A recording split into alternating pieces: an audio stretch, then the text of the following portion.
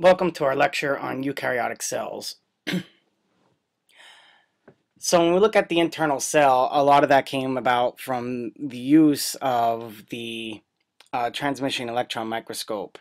And what we call these internal cell structures are organelles. And these are cell components that perform a specific function for the cell. So as I said before in our previous lecture, think of the cell and each of its individual parts as kind of like a factory or a town, and each part of that cell has a job to do.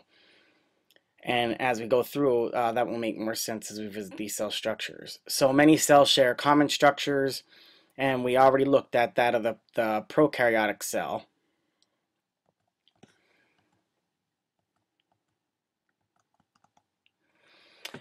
So eukaryote versus prokaryote. Eukaryotic cells have DNA, and the DNA is bound in a nucleus, and the nucleus is surrounded by a membranous nuclear envelope.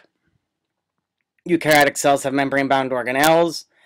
Eukaryotic cells are generally much larger than prokaryotic cells, and the logistics of carrying out cellular metabolism sets limits on cell size, and we'll discuss that a little bit, and we'll go into greater detail with that topic when we get to cell division. So if you look, here is surface area to volume. Surface area increases while the total volume remains constant.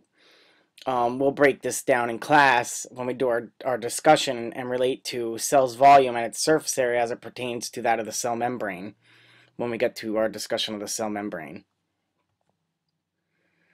So now we're going to look at the eukaryotic cell, and most plant and animal cells are visible using a light microscope, but some of the organelles that we're going to study, such as mitochondria and chloroplast, you could see those with the light microscope, but you definitely need an electron microscope to see smaller molecules, ribosomes, so on and so forth.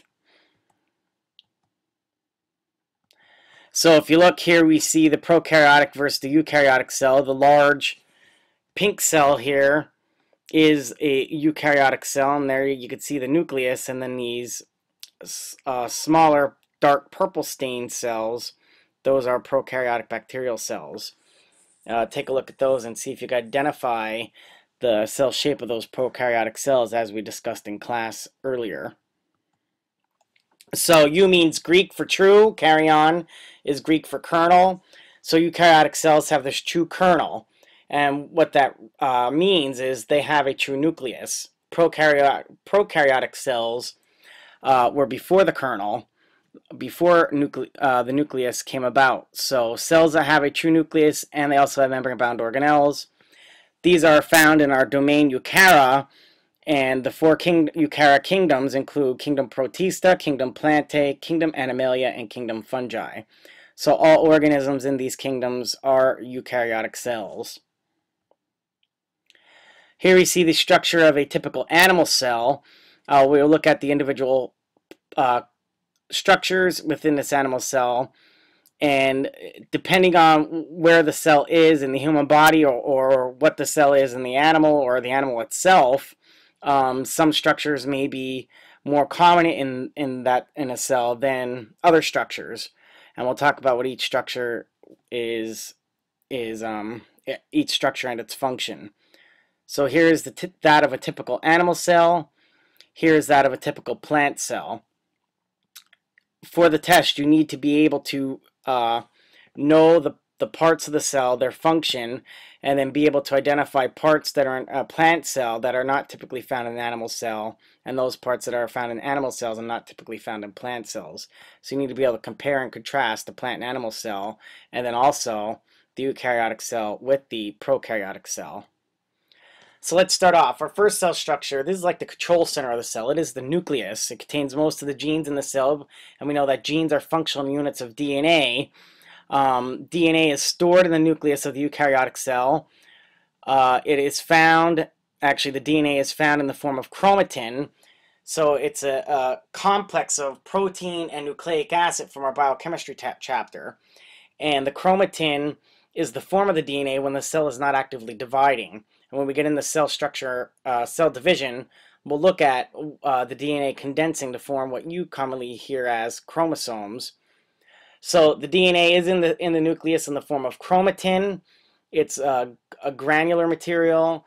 It's wrapped around histone proteins, and then that nucleus then is surrounded by a nuclear envelope. Inside the nucleus, you could see a dark purple structure. That is another structure called the nucleolus. And the nucleolus its job is to assemble ribosomes. And we looked at rRNA, ribosomal RNA, back when we did our study of the nucleic acids in biochemistry. We said that RNA has three types. There's tRNA, messenger RNA, and rRNA, which is ribosomal RNA. So in the nucleolus, ribosomes are formed.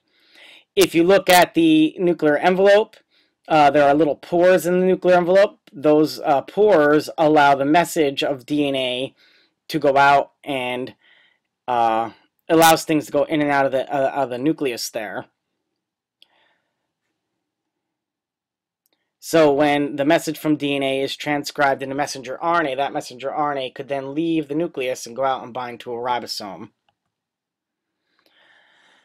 So this whole network called the endomembrane system, and this is very important because we'll talk about how materials, maybe an enzyme for say, is synthesized via the instructions of the DNA, then it goes to a ribosome, and then how it's packaged and shipped out through the cell. So this is all part of the endomembrane system. Endo means in, membrane is a membrane, a network of membranes found inside the cell. So it's a tightly packed mass of membrane that divides the cell into compartments, channels, the transport of materials, and provides surface on which enzymes act. The structures of the endomembrane system include the nuclear envelope, the endoplasmic reticulum, often called the ER, the Golgi apparatus, lysosomes, peroxisomes, microbodies, transport vesicles, and we also say that we include the plasma membrane here by function but not by location, because the plasma membrane, being the outermost membrane, is an external membrane to the cell. So we do talk about it here as far as function, but it's not a true endomembrane because it's not inside the cell, it's external. The endoplasmic reticulum, the ER, it's most of the membrane in eukaryotic cells. Endoplasmic means within the cytoplasm. Reticulum is a little net. So you have this little net of membrane within the cytoplasm, and there are two types of ER. There is smooth ER, which is a membrane without ribosomes, and then the rough ER has its rough appearance because the membrane is studded with ribosomes. So the ribosomes are found on that membrane. The basic function of the ER is a network of membranous sacs and tubes that are active in membrane synthesis and other synthetic and metabolic processes. If you look specifically at the smooth ER, there you could see an electron micrograph of the smooth ER there at the top, both smooth ER, SER, and then you have rough ER, RER in that picture. The smooth ER is responsible for synthesizing lipids, oils, phospholipids, steroids, and hormones. Smooth ER can also be used to metabolize carbohydrates. It plays a role in drug detoxification and that of poisons. And because of that important role, we can find prominent in the cells of the testes, ovaries, and liver. And we think of the liver there because the liver is the organ that does play a role in detoxification. And it also plays a role in carbohydrate storage. We talked about the liver storing glycogen, which is a storage form of carbohydrates in plants or in animals, that polysaccharide. The rough ER is studded with ribosomes. It's responsible for the production of secretory proteins. Because of the ribosomes, secretory proteins are transported in the cell using transport vesicles. And I'll show you a cool video in class where you could see a protein being made, and then you can see this transport vesicle walking it across the cytoskeleton, where then it eventually is exported to the outside of the cell. And we'll talk about materials being imported and exported throughout the cell. The Golgi apparatus. The Golgi apparatus is unique because it has several names. You could call it the Golgi apparatus, you call it dictyosomes, or you could also call it Golgi bodies. But its main function, it's kind of like the shipping center of the cell. So many materials that are synthesized inside the cell via a ribosome or the ER end up going to the Golgi apparatus. And in the Golgi apparatus, that's where those things that were synthesized are modified and packaged, and then they are transported to other parts of the cell via a transport vesicle. So the Golgi apparatus manufactures the products of the endoplasmic reticulum, and then it ships them out via that transport vesicles to where it needs to go. So Golgi, the Golgi bodies are common in cells for secretion. So your cells that would line the inside of your mouth, where you're secreting enzymes in your saliva, and so on and so forth, would contain a lot of Golgi bodies. Lysosomes. Lysosomes are like the garbage disposals of the cell. If you look, they do have a membrane surrounding them as well. So here's another membrane-bound structure. Lysosomes are membrane-bound sac containing hydrolytic. Think of that word when we talked about it. Dehydration, synthesis, and hydrolysis. So these cell structures contain hydrolytic enzymes that are used to digest macromolecules. In other words, break them down. Lysosomes also use enzymes to recycle organelles and macromolecules, a process called autophagy. Enzymes work best in acidic conditions, probably about pH 5 for the lysosomes. And here you could see amoebas and phagocytosis, and we'll talk about that later when we get into a transport across the membrane. Vesicles and vacuoles. Vesicles and vacuoles are larger versions. Vesicles are used to transport things. Vacuoles are larger versions. Oh, that doesn't make sense.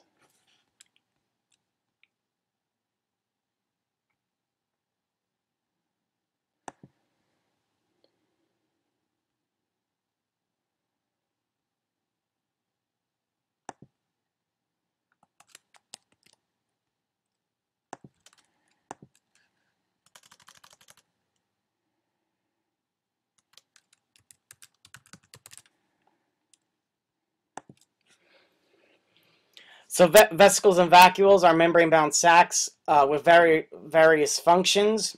A plant cell or a fungal cell may have one or more or several vacuoles. Vacuoles include food vacuoles, and they are formed by phagocytosis.